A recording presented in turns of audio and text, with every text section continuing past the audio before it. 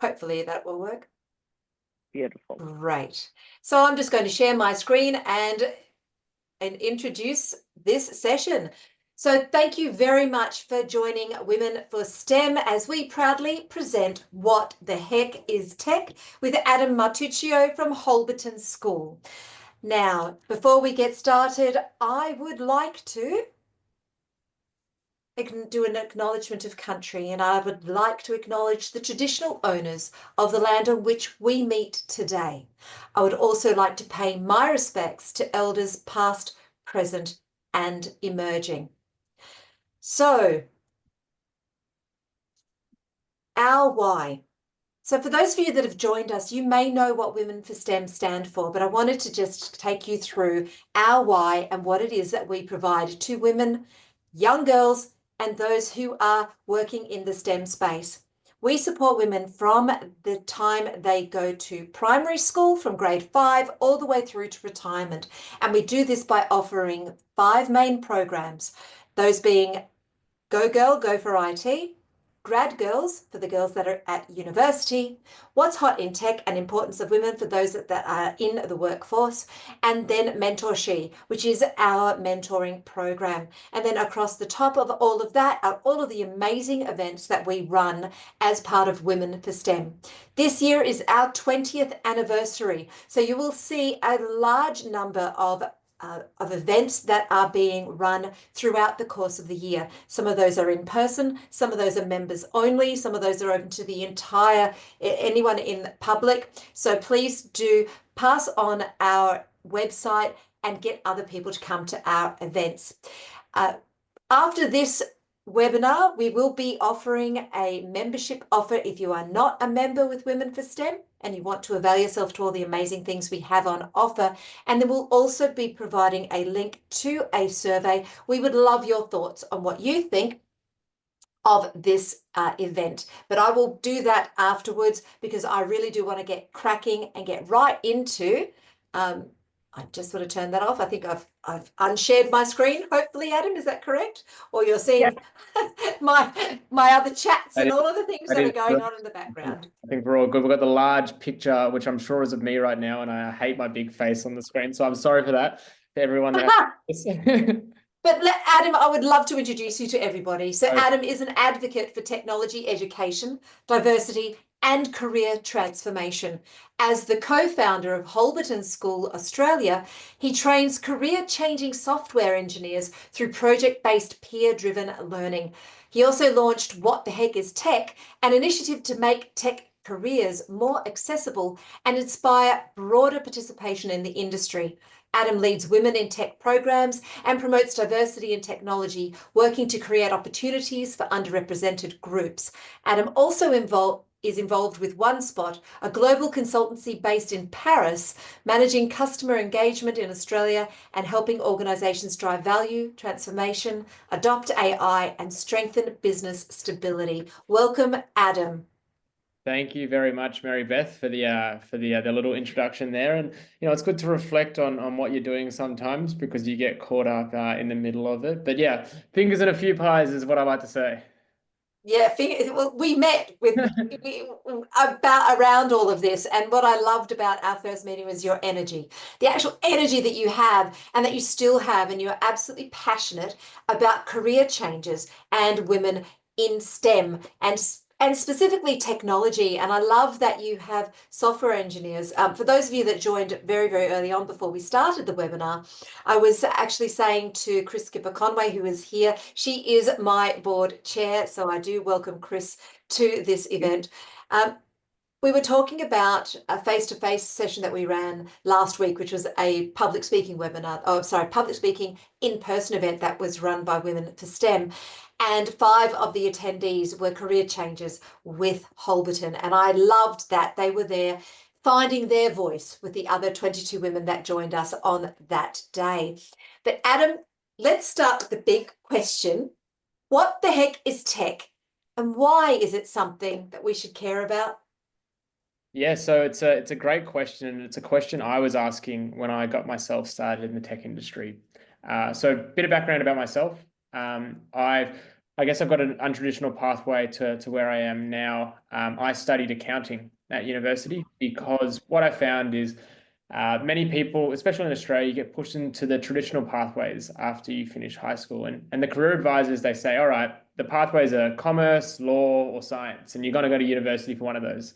And I was like, all right, I was good with numbers. I was always good at accounting. I was like, oh, accounting makes sense to me.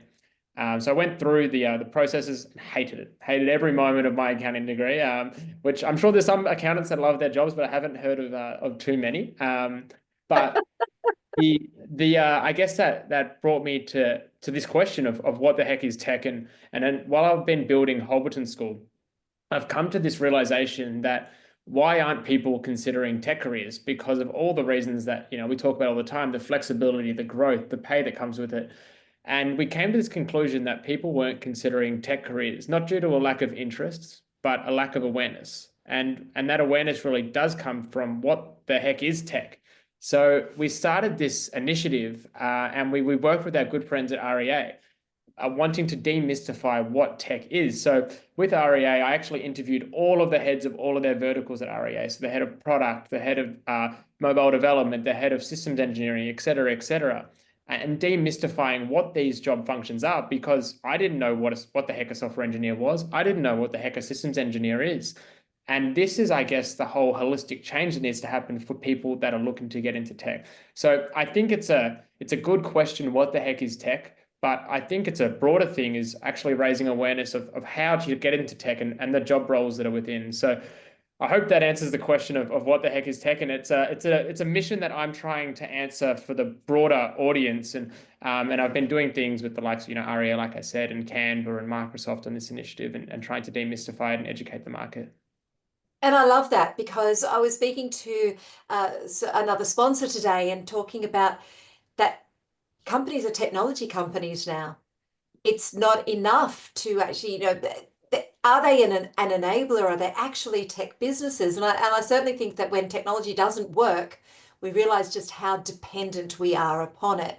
I think you're absolutely right. And I think what I really like about this question about what the heck is tech is that we have young people that come to our Go Girl event, and they don't realize that in their hand, they're holding an iPhone. Now, the really interesting thing about an iPhone, I don't know if people realize this, there's more technology in an iPhone than there was in the Apollo 11 lunar landing module that landed on the moon, that put 3 men on the moon in 1969. We hold in our hands more technology than they had. Even your washing machine has more technology than what they would have had on that lunar module. And so that's technology is so huge and it is so expansive, but people get really stuck on. And this is a more interesting thing, Adam, which I'd love to know more about Holberton School when we get to that question. But I was speaking to a fellow and I said, what do you do? And he said, I work with this particular application and I configure it and I do this and do that. I said, and then he says, I do the software development. I said, oh, so you work in tech? He said, no. I said, what do you mean, no? He said, no. Technology, and I quote, is all those big servers in that big server room. I said, well, that's just infrastructure. Technology is anything that interfaces in that space. And he was absolutely gobsmacked. He said, I didn't realize I worked in technology. And I thought, wow, that's really interesting. So I think the people on this webinar are interested to know what Holberton School is and the unique approach you take, because I remember when you told me about this approach and I just went, man, that's brilliant. That is absolutely brilliant. So tell us, I'd love to hear. Yeah. So I guess I'll touch on that first points there about the actual tech and everything being in tech. So and Aish, one of the COO at Women for STEM, who's one of my friends as well. She's always like to me, Adam, you got to stop telling people you're not technical, because you are technical, and it is looking at it from that bigger picture, that working in tech is beyond just coding. And I did these podcasts, and actually recently I was with Microsoft, and I've got two initiatives or two podcasts that I did with Microsoft there. And I wanted to demystify the people, because tech is also people. So I went and did Microsoft, and I did a who the heck is Sarah Carney, the CTO of Microsoft. So I interviewed Sarah Carney on her journey on how she got to the CTO, because the who and the person behind tech is also so important. But tech, like I said, is also beyond just the coding. And I also interviewed customer success. And customer success is also a tech role, but it's just a tech sales role. So looking at tech beyond coding is also super important. But obviously, my focus with Holberton is helping career changers get into tech, and tech for this specific point is software engineering. And actually, I believe I was on a call earlier with Chloe because we had a group interview. So with Holberton, we're running this initiative now called a Tech Career Accelerator, because what we're seeing is, yes, the education is one thing, but we also need to have a level of soft skills and a level of planning to set you up for success. So Chloe, who I was lucky enough to chat with earlier today, I know she's a early childhood teacher, but she was also an accountant in the past, and she's looking to make a career pivot, and she's considering Holberton as one of her options. So it's great to see you here, Chloe. But what Holberton is a platform just like for people like Chloe, people that are looking to make a full career change into tech. And some of our students have come from backgrounds like nursing, accounting. We've had some PhD pharmaceutical scientists. We've had tradies, anyone that's looking to make a full career pivot into software engineering. And we're really proud to say that we've had some incredible success. And I was just telling Chris before that 95% of the students that have come through our program have been employed in tech. And it really is because of this, this tech career accelerator kind of level on top that we're working on, that we're helping people with the mock interviews, both technically and non-technically throughout their studies, and everyone gets a mentor. And having the element of mentorship like you've got with the Women for STEM is so important, because like I was telling Chloe and the other guys I was talking to today, is listening to someone that's done it before you is so important, because everyone's got imposter syndrome. I've got imposter syndrome. I'm sure you've got imposter syndrome as well, Mary-Beth, to some capacity and in some capacity. You don't know me very well, do you? But yeah, listening to people's journey and listening to the feedback on how they can, I guess, advise you on what steps you can be taking, and the journey they took is so important. So beyond the tech education that we're doing, and that's broken up into three-month sprints that covers programming languages like C, Python, JavaScript, and that concludes with a portfolio project that you build from scratch and ideate with a team. We're very focused on the non-technical skills, or the critical skills that I hear lots of people consider it. The interview practicing, and how to sell yourself, and how to have a personal brand, because all of this is so important in actually breaking into the market. And that's kind of where we see is kind of our biggest differentiator compared to the universities or other boot camps that are in the space. And I think you're absolutely right. And that's one of the reasons why I keep saying to you, push people across to Women for STEM, because we do all of those sorts of things as well. And we could add to that conversation. But what I love is that it's a 9-month program, right? Yes. So it's a 9-month full-time program, yes? Yeah, so it's a 9-month full-time program, and the pedagogy is different to the traditional ways of learning of university. So it's completely project-based. So from day one at Holberton, you actually be coding, and you'll be coding on real projects. And these projects vary from individual projects or group projects. And the way that the actual course is designed is to mimic the workplace. So we have stand-ups, we have pair programming sessions, we have wrap-ups, just like you would in a workplace. And we use Slack as a medium. And the idea of the actual pedagogy of Holberton is you work on the project yourself. When you can't figure out the issue that you're solving, then you go to your peer, and you and your peer work on this together. If you and your peer can't figure it out, then you go and research. If you and your peer on the internet can't figure it out, then you go to the software engineer. So it's mimicking that workplace, that you don't just continuously just ask questions to the teacher. We're trying to help build collaboration and, I guess, problem-solving skills, in the sense that you've got people around you, you've got team members. Yes, we have a software engineer in residence that is technically the teacher, but he's meant to be the last point of contact. The pedagogy is really about learning yourself and continuously learning.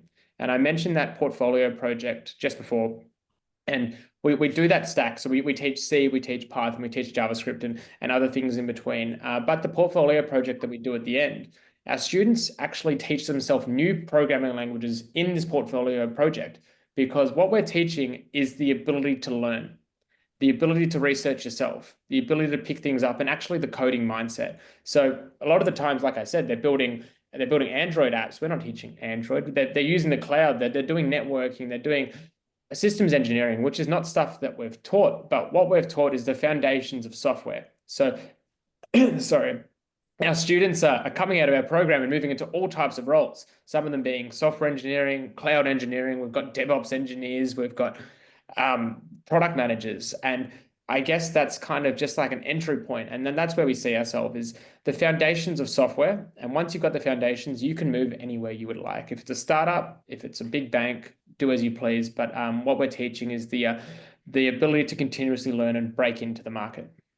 And I love that because you're actually teaching. So I've worked with a lot of technologists in my time. Okay. So I've been in tech for 30 years. I hate to say it. I know I look fabulous, but hey.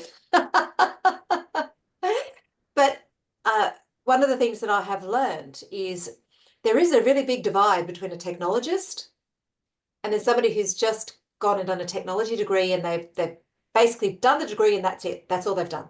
And they don't want to do anything more. They've learned one thing and that's where they sit. And there's a very big difference because there's those that have a love of learning and want to tinker and have a go. And then those that just have come out of a degree and they just stagnate. And that's not what we want. What we need from the people that come through our studying, and however we do that, we need them to be enthralled by the motion of study, by actually being able to pick things apart. And that's what technology is, isn't it? It's picking it apart and being able to do it. Now, for just everybody that's on the call, I have put, if you want to ask Adam any questions during the course of the conversation, please pop those into the chat. But at the end, we'll also have time for people to have a conversation or have a chat with Adam as well. That I think I really want to understand what inspired you to work with career changes, Adam, because you're a young guy and you know you've got all these people that are coming through and I've met some of the career changes that you've had. Now, for anybody that is on this webinar or is going to listen to this webinar later, it doesn't matter how old or young you are, you can always career pivot.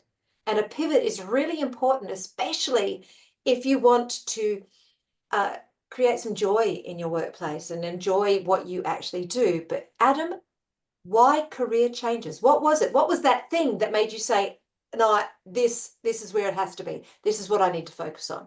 Yeah, it's interesting because we could very easily compete with the universities and go after the, the 18, 19, 20-year-olds.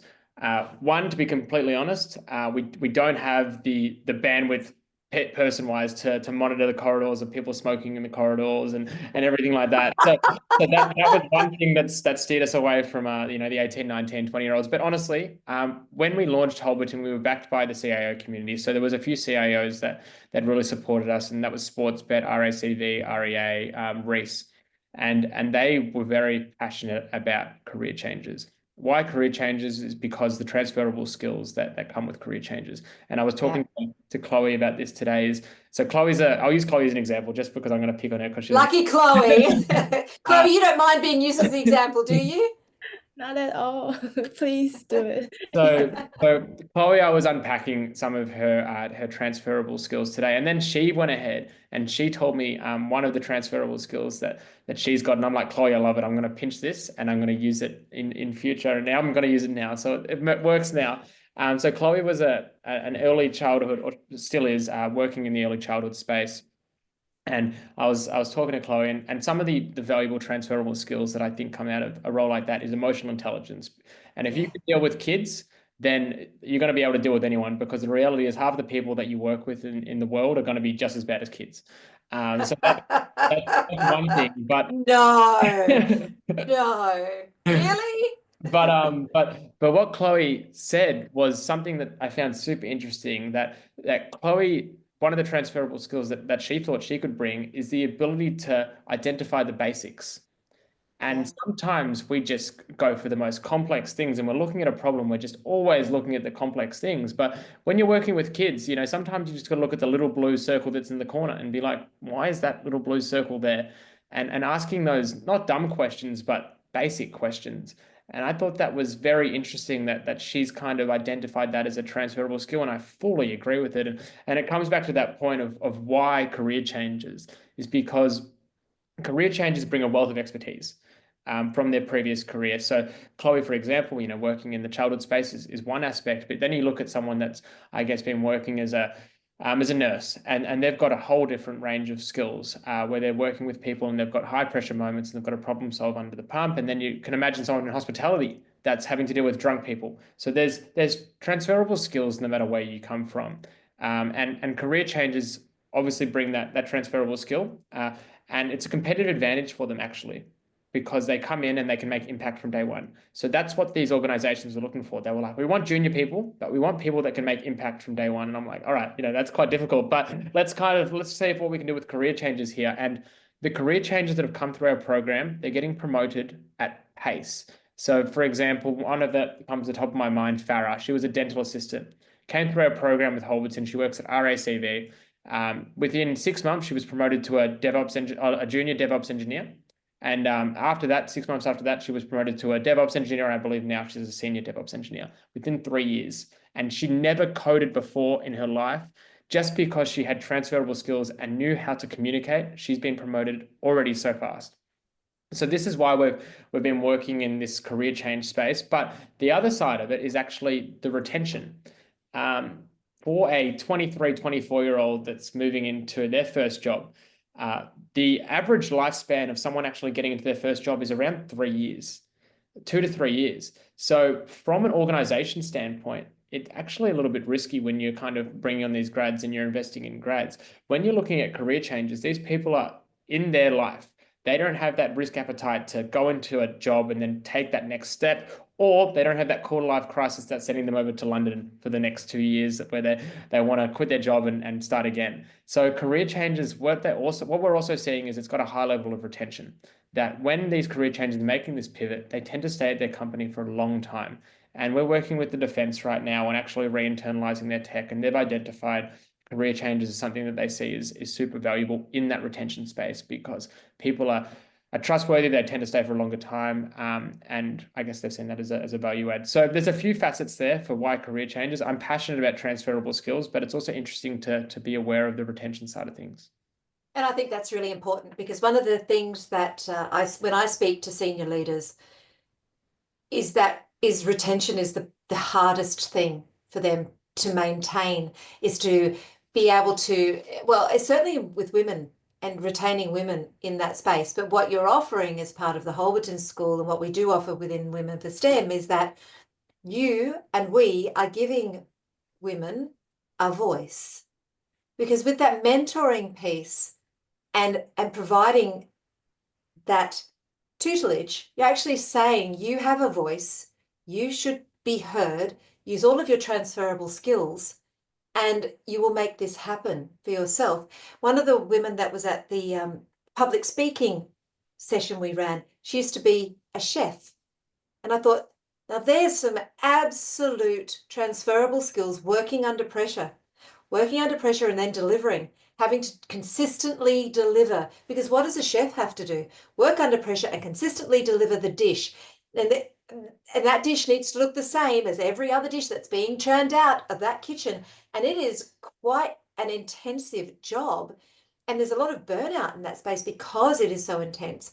But when we start looking at people who want to change their career, they're looking for something, they're seeking something, and they want that change, they want to stay.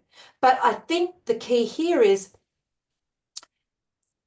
organizations have a responsibility to ensure that everyone has a fair go at a possible promotion, etc. And I think there's still a lot of work for organizations to give women that chance. And I think with what you teach at Holberton, when you start because I know that my background in technology is change, right? It's tech change. So I'm not a coder. Can I code? Yes, but you wouldn't want me to, because it's just not my foray. I've done it, XML back in the day, right? So that was that was a language at the time, and I've done integration in my time. However, when you come into an organization that is a tech-based company, like a Canva, as you were talking about, Reese, as you were talking about, REA, etc., and you do come in with a software dev, that software dev experience plus the agile experience, what you're actually giving these individuals that are career changers, you're actually giving them a language that they can speak so that they are understood. But they're also coming in and speaking from a knowledge base that is so varied compared to the younger ones that may come through. And I was also going to say to you, the difference, I think, I used to do training and assessing. I would never be a teacher, however, a school teacher, because school students have to be there. And I know at university, some kids feel like they have to be there. So the passion is not necessarily where it should be. But with a career changer, is absolutely, the worst people at university are the older students, those people that have decided that they're going to go back to university later in life, because they actually want to be there. They want to learn, they want to do this, and they turn in the assignments and they do the work and they really want to do it. And I think that's what you're finding at Holberton as well. 100%. And when someone's investing the time and money into themselves, they've got two choices, right? It's one, you're all in and making this work, or there's two, you're going back to that career you hate. So we find people are super motivated about making it work and do everything they can to go through it. And that really shows in the outcomes, because I guess they don't want to go back to that previous career because, like you said, the chef in the past, for all the reasons they didn't want to be a chef, that's the reason they're trying to get out. Yeah, and technology is the way forward. There's always going to be a place for lawyers, unfortunately, or fortunately, I guess. There's always going to be a place for doctors. There's always going to be a place for those individuals. There'll always be a place for accountants. My mother was an accountant. My father was a musician. Don't even ask me. I don't even know. But I remember when my husband and our son was born, and I said, I don't care what he does, as long as he's not an accountant. There's not too many nice words thrown about the accounting profession, but yeah, it is what it is. I love my accountant. He's fantastic because he loves the stuff that I'm like, do I need to know about that? He knows all the things that change, and I need to know that he knows that. However, is it for everybody? Well, no, it's not. And the worst place to be is in a career you're not enjoying. And knowing that, gosh, I have to spend another 40 years doing this and I don't like it. So the best way to make a change is to actually make that change and invest in yourself. And that's what you do at Holberton. And I was so impressed when I met you that very first time and you talked about Holberton and what it is that you're doing. It was just so impressive to me because you're offering, you offer scholarships as well, I think. Is that true? Correct. So there's a possibility of a scholarship if you can't quite make it work from a financial perspective. But you know what? It's 9 months. When I was younger, I was not enjoying a particular role that I was in, and I wanted to do something different. And I had an opportunity to retrain in a particular area, but it was unpaid and it was for an extended period of time. And you know what? I wanted to do it and I wanted to learn that. So I made it work. I worked nights and I did that during, that sort of afternoon. And I didn't get a lot of sleep through that period, but I wanted to do it. So for career changes, they really want to do this. But I did have a question, which I really think that those that are on the call and those that will be listening to this recording is, for anyone that is interested in career shifts into technology, what are 3 practical steps that they could take to start their journey? Yeah, so the first thing I would say is actually see if this is what you want to do, right? Because you can look at a software engineer and you can look at the sexy job of working on the beaches in Portugal and coding the night away. And then, okay. I've never seen that. So I need to now Google just sexy beaches, Portugal. That's just and you look at the luxurious life that can come with it and obviously the pay. But if we take all the way back, like what the heck is a software engineer? So that's the first thing is, and one of the things we have at Holberton is actually an admissions test. And what this is it's a chance for you to build a website from scratch for the first time. And beyond anything, it's just a good chance for you to see if coding is of interest to you and actually if this is something you like. So the very first step is to try something like this, is to get your hands dirty and see if this is an industry or a job that you're actually passionate about. Because if you're not, then you're not going to make it very far. Because like you said before, Mary-Beth, continuous learning is so important. And curiosity is probably even more important. And if you can't find passion and curiosity in this space, then you're not going to make it very far, because it's going to be quite stagnant. So the first thing would be to test it, see if this is something you like. The second thing would be to find someone that's done the same path as yourself. And I was talking to Chloe and the other girls that I was talking to about this morning, and I was lucky enough to be able to introduce one of them who was an accountant. We keep going back to the accountants, but that was an accountant because I know a few accountants that have made the career change, and finding, you know, someone that's done early childhood and making a pivot into tech, and finding someone that's done the same journey as you or a similar journey is just so valuable, because it's going to allow you to pick their brain and understand about how they did it. And when you can see someone that's done it, it just empowers you to think that you can do it yourself. So the second thing would be to find someone that's done the same thing or very similar to what you're doing. And then the third thing is you've got to invest in yourself. And it's going to take time. So, you know, be it Holberton or be it self-teaching yourself or be it whatever, you've got to go all in. And what we've seen is there's boot camps out there. I'm not talking down on other options, but Holberton is 9 months, and it's 9 months for a reason. 9 months is kind of the minimum we would see it would take for you to be at that level where you're at a junior full stack developer. There's so many 3-month boot camps out there, and what they are great at is adding a skill to your tool belt. But unfortunately, it's just not long enough to fully immerse yourself and get yourself into tech. And we have so many people that have done 3-month boot camps and been promised the dream, saying, you know, we assumed that we would get a job after 3 months, and then they come and do Holberton after. And then I guess it's a 12-month period rather than a 3-month period, and they've double invested in themselves. So it would be invest in yourself and be realistic with the time frame.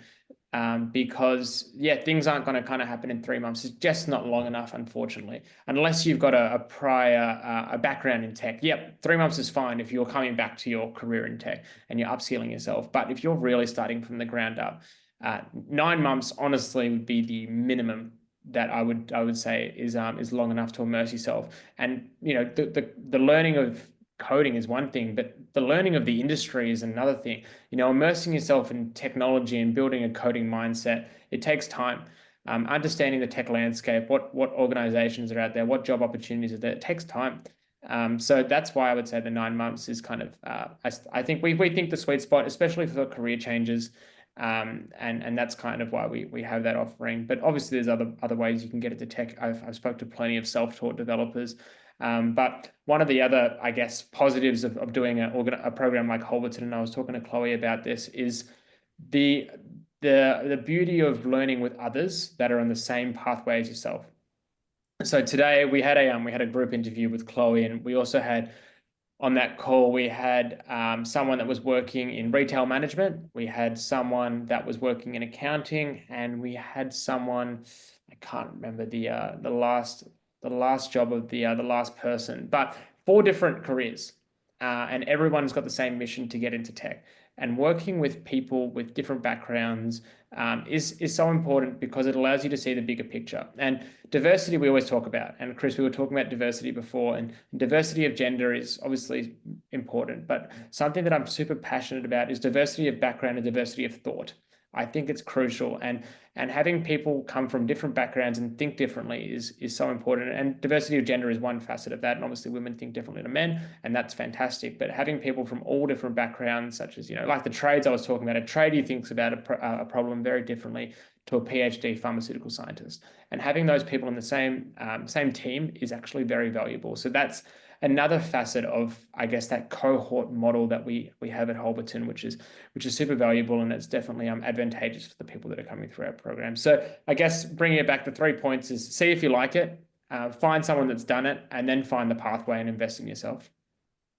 I think that's brilliant. And I was going to actually say, Adam, and we'll pick this up afterwards, but I'd love to be able to offer space for some of your grads, because they are grads. They're grads from your program. They don't necessarily have to be graduates from university, but we do look at that. And we offer our grad girls program, because then that introduces individuals to different industry verticals, which is what the value is of the program.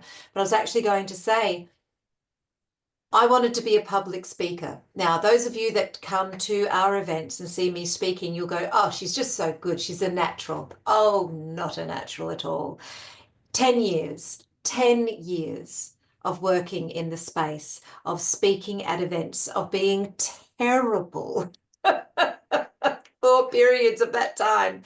So what you have to do is give yourself permission to learn, permission to stumble, permission to fail, and to get back up and try again. And with something like Holberton, I think that is exactly what you do. You enable people to actually work in a space that is curated. And you're there every step of the way. The pair programming piece, that is, absolutely vital. Every team that I have led as a chief information officer has had software dev, and we have all of those things in place. They run in agile environments. They have sprints, or either DevOps or DevSecOps, depending on which sort of organization. But having people that can come in and work in that space and understand it, understand that agile and the agile framework, etc., doesn't mean rapid. It is a framework, and that's really important for people as well. And I think that what you offer is great. And I love those 3 practical steps. It's that kind of try before you buy, have a bit of a go, see what you can do. ChatGPT is an amazing tool if you're not really quite sure where to start. Build your own website, see what that looks like, and really have a bit of a go. And if you do think that you like it, then I think that there are opportunities, and it might not be software dev. But if you had software dev under your belt, it actually does go a long way to get you that entry point into where you might want to be, into the industry vertical that you might want to work in. So Adam, I'm sort of getting to the tail end of the questions and hoping that people on the call have some questions for you. But you've talked about what you do, and you talk about software dev. I think you may have answered this before, but I would really love to know, what other opportunities do you see with people making a career shift, especially in today's tech landscape? Yeah, so and it's something that we're making a big push on is for women. There's a great opportunity right now for women to get into tech, and there's a lot of talk about it, but I'm starting to see some walk, which is good. We're fully not there, but there's people starting to make some action, and it's a great opportunity for women to get into this space because of all the perks of the industry that come with the flexibility, the pay, the growth, etc. So firstly, if I was a woman considering a career in tech, now is a good time to kind of go for it, because there's all that talk behind it, and there's definitely opportunity, and there's ways to open doors. But the tech industry itself, you look at it and you see these job ads, and there might be a job ad for a junior engineer and there's 1,000 applicants, and you're like, okay, how am I getting a job over those 1,000 applicants? And what it really is being innovative with your approach and having network. And honestly, like in the least arrogant way, a lot of the Holberton students are getting jobs because of the networking that we're doing, and I'm helping them open doors. And what this allows us to do is get through the back door. I've read something about like 70% of jobs aren't even advertised. That might be a crazy number, but it's something around that. And that's true. Yeah, absolutely true. They're not advertised, and that's because people are buying from people. People trust referrals. So going out there and getting coffees with as many people as you can. They might not be the person that hires you, but they might be the person that refers you to the company that hires you. So there's no conversation that's not worth having. And talking to as many people as you can and building a network is so valuable. So that would be, I guess, the opportunities that exist right now. One, women, fantastic opportunity for women to break into the market. But 2, you've got to find a way in the back door, because there's too many people that are trying to get in the front door. Use your network, tap into the people that are around. And The tech industry is fantastic. If you have the right value prop, anyone will say yes to meeting you. And even when I probably reached out to you way back when, Mary-Beth, I've got some, I would have cold LinkedIn messaged you, and that's led to a relationship. And the tech industry is just like that. If you've got the right value, you can start a conversation with anyone. Just like I said, I was with the CTO of Microsoft in Canberra. Like, why is she spending time with me? She obviously saw some value, and she gave me some of her time. So the same thing can go for anyone. And just you've got to reach out, and the worst thing that can happen is they just don't respond. Who cares? Go to the next person. And you've got to be resilient in yourself. So yeah, networking, I would say, is a huge thing, and you've got to find a way through the back door.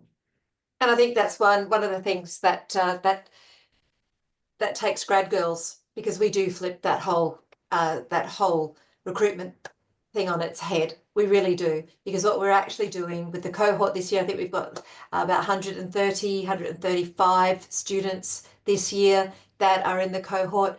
They get introduced to all of these amazing sponsors, these amazing organizations. Now, they don't necessarily get a role in that organization, but what they do is create a network. They start to have conversations. And as you said, they get seen, they get noticed. And if they've got a really good, strong value proposition, then they are going to be getting a role, etc. And I think you were saying to me earlier that you were speaking to a grad who got a job out of the Grad Girls program. And that really just comes down to the testament of the young women that are in that program and the work that they do, because it is not enough to have that piece of paper, because you're competing with people that have 3 or 4 pieces of paper, but what they don't have is experience. And I remember many years ago now, gosh, I'm going to say it was, I don't want to say how long ago it was, about 2008. Yeah, 2008. So I was interviewing, I needed some service desk team members. And I had a young person came in, and it was a young man, and I'm going to say he was about 23. And he had an MBA, a double degree, had all these things from universities that I'm like, I don't know where that university is. It's somewhere overseas and I'm not sure, but he had all the bits of paper. And I said to him, "You've got an MBA, I noticed." And he said, yep, I've got that. And I said, well, the main thing with an MBA is that you are leading a team so that you can actually take those learnings and use those learnings with your team. And I said to him, well, how did you do that? He said he was working nights at 7-Eleven, and he had a team member, and that's how he used those learnings. And it was very flat, felt very flat. And the thing was, he had all the pieces of paper, but no transferable skills. The skills just weren't there. And so, as a leader, you're looking at individuals, and what I know from a service desk role is I'm going to have a level 1 service desk engineer, entry point, right? That's the first entry point that a lot of people come through a tech pathway, right, Adam? They'll come in through that space. I will have a level 1 service desk engineer for less than 18 months. It will take me 6 months to actually train them up on all of the systems that they need to be trained up on. So I'll get a year out of that person before they're looking for the next role, because that's an entry position. But if I get somebody, and I remember I would have older people that would be applying, and I would go for them, because I knew, yeah, you're going to stick with me for about 3 years. Yeah. And that 3 years means that I don't lose productivity for 6 months while I'm training somebody else. I've got somebody for 3 years. They've got transferable skills, and certainly on a service desk, they know how to speak to a customer, because that's so important. So when you come out of a role where you've learned how to speak with and interact with people, because it's all about the people.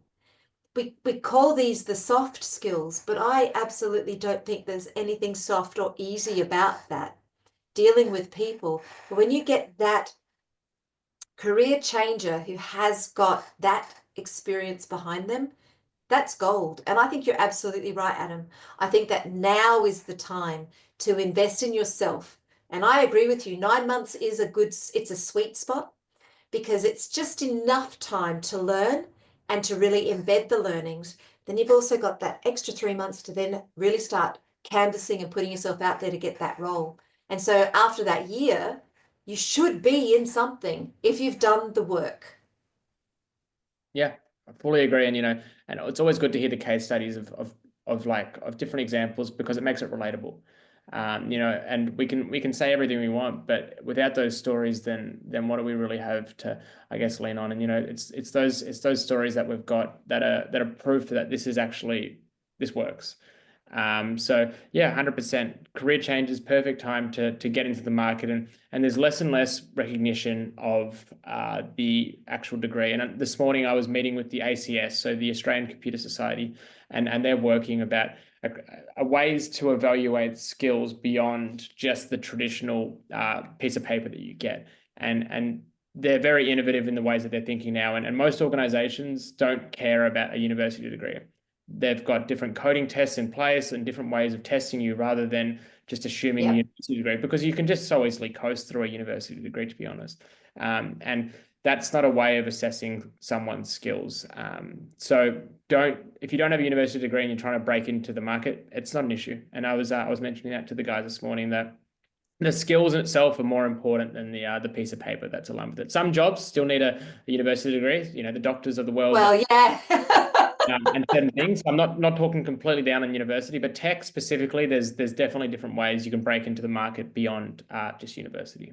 Well, I just think that you go to university for 3 years to study technology. By the time you get out, the technology you learned is no longer. I mean, you need to be right at the very forefront of that. And I think universities, because they are so constrained to what it is they have to teach and how they have to teach, as you've said before, I think that's important. Look, I'm really mindful of the time, and I absolutely appreciate your time, Adam. I'm going to open this up to anyone that might have a question.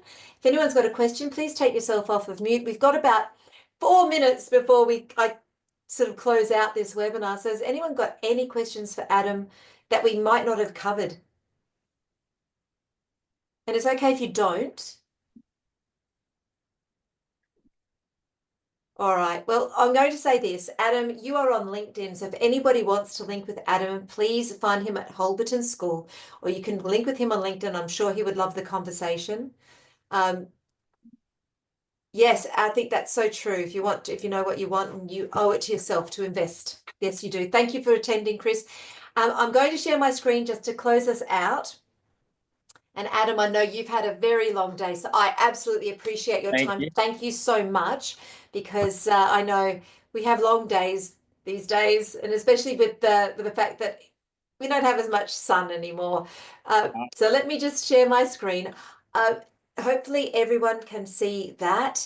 What you have on screen is a survey. This is a post-event survey. Would you please take your cameras out, get a bit of a get that link to the post-event survey. We would love to hear what you think. We do ask in our survey for any other topics that you find that you would like to hear about. We have amazing webinars coming up in the next couple of months, so please do check out our website. I will change the screen now, just for those of you who have already gotten that code.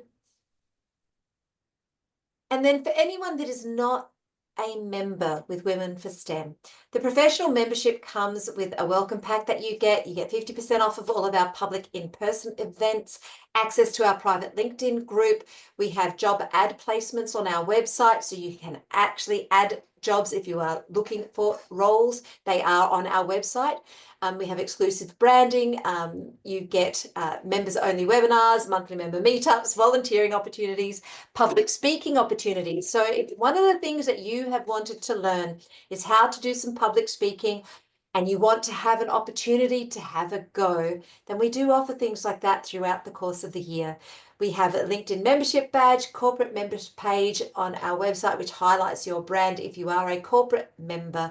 But if you would like to avail yourself, please follow the QR code and use the membership offer of MEM79. That's MEM capitals 79 to avail yourself of our membership offer. And that is the end of our webinar tonight. I want to thank all of you for attending and listening to this conversation. Chloe, I wish you all the very best in your choice for your career changing. Adam, once again, thank you so much for joining us and Women for STEM. We've absolutely loved the conversation. I'm now going to stop the recording. The recording will be made available on our YouTube channel. If I can work out how to stop it from recording, that would be the most awesome thing ever. All right. Thank you very much. Thank you, everybody, for attending and being part of this session. Thank you very much, Mary-Beth. Thank you all. Thank you.